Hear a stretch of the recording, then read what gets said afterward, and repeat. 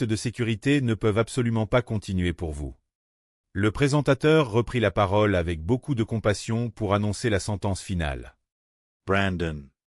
Je vous remercie sincèrement d'être venu jusqu'ici pour nous montrer l'étendue de votre talent et votre grand cœur envers les vétérans. Mais la compétition s'arrête malheureusement ici pour vous ce soir suite à cette rupture.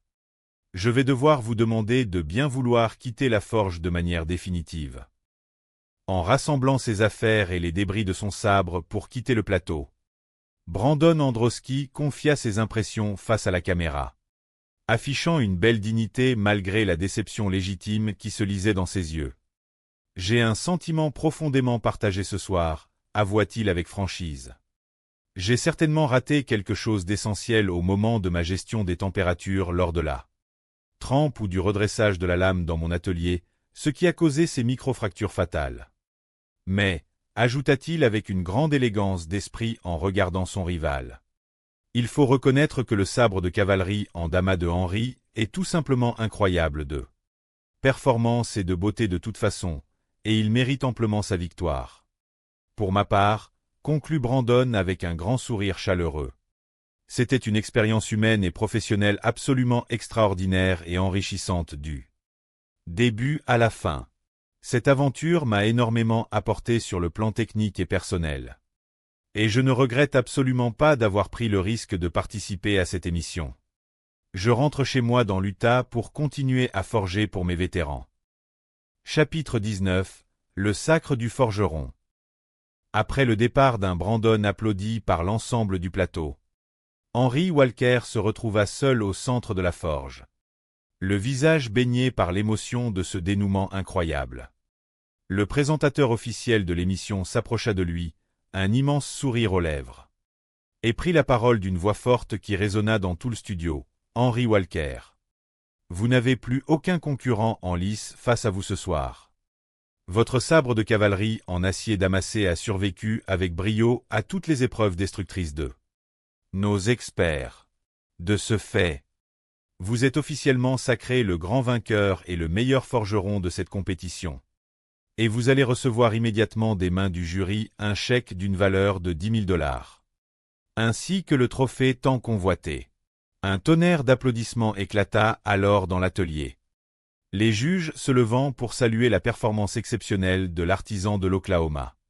Le présentateur se tourna vers Henry et lui demanda avec malice. « Alors, Henry, quelles sont vos premières impressions après ce sacre ?»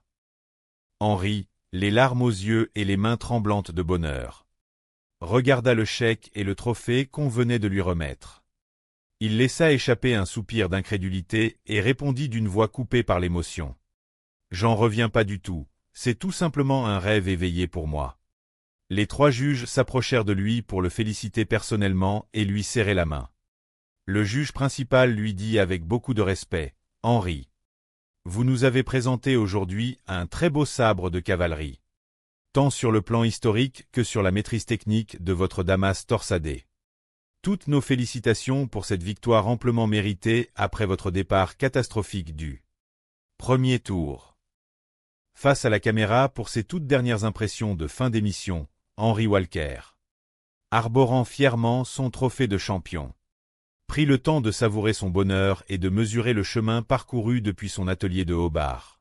« Je ne réalise pas encore tout à fait ce qui m'arrive ce soir tant l'émotion est forte, » confia-t-il avec un grand sourire de bonheur. « Mais j'ai bien vu de mes propres yeux au cours de la journée que mon sabre de cavalerie a été extrêmement performant et solide sur l'ensemble des tests destructeurs de Doug, ce qui valide toutes mes années de travail acharné à la forge. J'ai eu de superbes commentaires et de magnifiques compliments de la part de ces grands experts sur la qualité de mon travail de coutelier. Et je peux vous dire que je suis profondément fier de ce que j'ai réalisé de mes propres mains. Aujourd'hui, je m'appelle Henry Walker, conclut-il en levant les yeux vers le ciel avec une immense fierté. Et je suis officiellement le meilleur forgeron. C'est tout simplement génial et merveilleux pour la suite de ma vie. Mon nom est Henry Walker, j'ai 46 ans et je viens de Hobart, une petite localité située dans l'État de l'Oklahoma, depuis environ 10 ans. J'exerce le métier de forgeron avec une passion qui ne s'est jamais démentie. Mon entrée dans cet univers s'est faite de manière assez insolite. À la suite d'une mésaventure personnelle. J'avais perdu un couteau fétiche que je trimballais absolument partout avec moi. Un outil précieux auquel je tenais énormément. En racontant ma mésaventure à mon meilleur ami, celui-ci s'est ouvertement moqué de moi, affirmant que j'étais incapable de fabriquer un outil de cette qualité par mes propres moyens. Il ne m'en a pas fallu plus pour piquer mon orgueil. Sur un coup de tête, je me suis mis à la forge avec la ferme intention de lui prouver qu'il avait tort. Et c'est ainsi que cette discipline est devenue le centre de ma vie. À l'autre bout du pays, d'autres artisans partagent cette même ferveur pour le métal en fusion. Dottie Derry est une jeune femme enthousiaste qui vient d'une charmante petite ville de Californie, appelée Woodland. Son parcours a débuté de façon tout aussi inattendue. Un jour, sans occasion particulière, sa sœur lui a offert un kit de débutant pour réaliser un couteau artisanal. Ce fut une véritable révélation. Elle a instantanément adoré cette expérience manuelle. Pour un cadeau simple qui avait dû coûter environ $80 à sa sœur. Dottie a compris qu'elle venait de trouver sa vocation et qu'elle pourrait bientôt s'équiper convenablement pour explorer cet art à plus grande échelle. En arrivant sur le plateau de l'émission, l'excitation est à son comble. En croisant Henry, elle le salue chaleureusement. Henry lui demande comment elle va.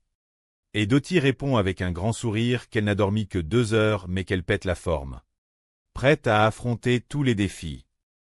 Un troisième candidat les rejoint, partageant un sentiment de fatigue similaire mais affichant une détermination sans faille. Il s'agit de Brandon Androski, un homme de 38 ans originaire de Provo. Dans l'État de l'Utah. Forgeron professionnel aguerri, Brandon explique qu'il a lui aussi un bébé à la maison. Ce qui explique ses courtes nuits. Son amour pour la forge remonte à sa plus tendre enfance. À l'âge de 8 ans, il a emprunté un livre sur les Vikings à la bibliothèque municipale.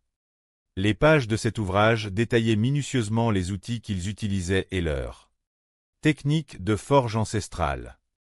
Le jeune garçon s'est alors dit que c'était exactement le genre de choses qu'il voulait faire de sa vie. En grandissant, Brandon a développé une grande sensibilité envers les autres, notamment envers ses nombreux amis qui ont servi dans l'armée américaine. Conscient qu'il est souvent difficile pour eux de retrouver un équilibre en rentrant à la maison. Il a instauré une noble tradition dans sa propre forge. Chaque vétéran de guerre se voit offrir un cours gratuit de fabrication de couteaux. Une activité manuelle idéale pour apprendre à se canaliser et à évacuer le stress.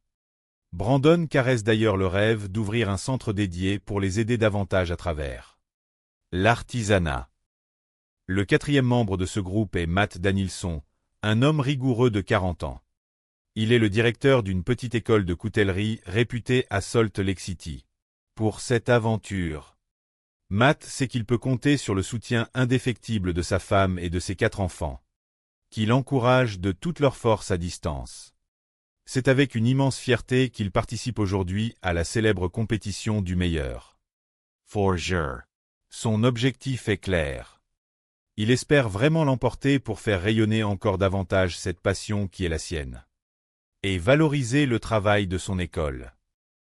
Les 4 candidats se tiennent désormais alignés face aux membres du jury. L'animateur prend la parole pour lancer officiellement les hostilités. Il leur souhaite la bienvenue dans la forge et leur rappelle l'enjeu de leur présence en ces lieux. Ils s'apprêtent tous les 4 à vous lancer dans une compétition de haut niveau qui offrira à l'un d'entre eux le titre prestigieux de meilleur forgeron, ainsi qu'un chèque de $10 000. Cette compétition se déroule en 3 épreuves successives.